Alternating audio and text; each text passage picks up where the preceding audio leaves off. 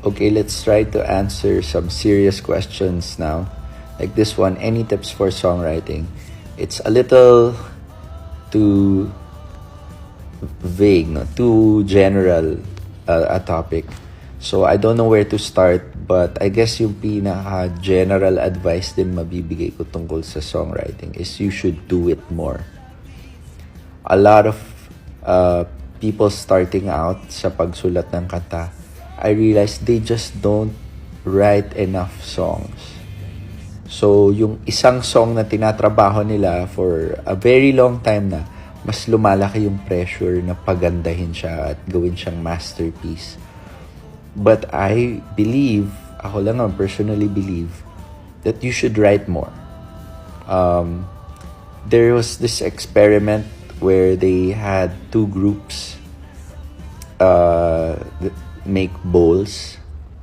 So, yung sinabi sa isang group, gumawa kayo ng marami. And sinabi dun sa isang group, gumawa kayo 3 lang ng perfect. No, at the end of the experiment, they, obviously, yung mas magandang output ay yung mas gumawa ng marami. Ganun din sa songwriting.